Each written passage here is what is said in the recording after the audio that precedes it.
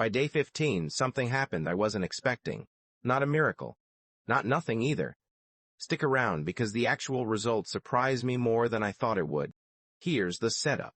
Black seed oil is everywhere right now. People are calling it an ancient Egyptian secret, a cure-all in a bottle. So instead of trusting the hype, I tested it on myself. 1 spoonful every single day for 30 days. No cherry picking, no filters, no pretending everything was amazing. Black seed oil comes from a plant called Nigella sativa, used in traditional medicine for centuries. It was even found in Tutankhamun's tomb.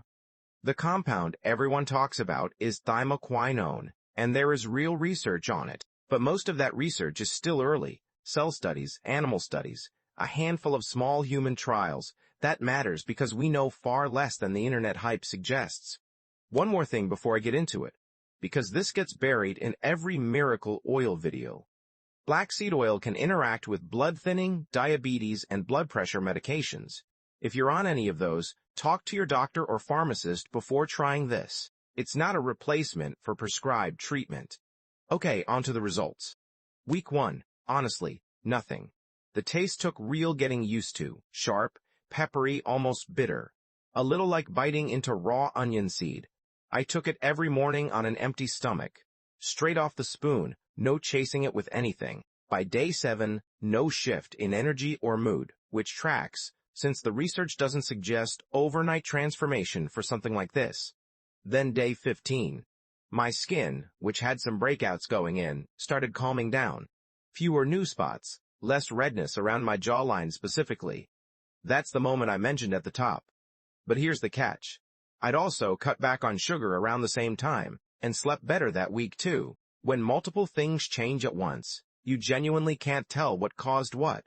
That's the flaw baked into every self-experiment like this, mine included. And it's why I'm not going to sit here and tell you it was definitely the oil. Digestion also felt slightly more regular, which lines up with some early research on black seed and the gut microbiome.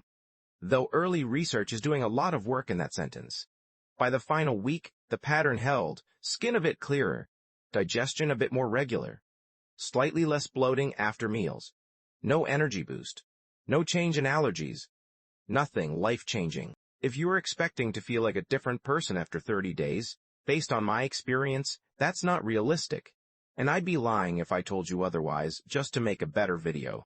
So, did it do anything? Maybe. Small, real changes, mostly around skin and digestion. Was it life-changing? No. And that lines up with the actual science. A few small human studies show modest effects on things like inflammatory markers and blood sugar, but with real limits. Small samples, short durations. Results that don't always replicate cleanly from one study to the next. Black seed oil isn't a proven cure. It's a food-derived product with emerging, not established evidence behind it. That's a very different claim than miracle. So that's the real, unfiltered 30 days. Small changes. Possible benefits. No miracle. Real uncertainty. If you want to try it, manage your expectations. Don't assume natural automatically means safe. And check with a doctor if you're on medication. Traditional use isn't the same as clinical proof, and my experience isn't the same as data. Which raises the real question. Which supplements do have strong clinical evidence behind them? Not tradition, not hype. Actual human trials. That's exactly what I'm breaking down next.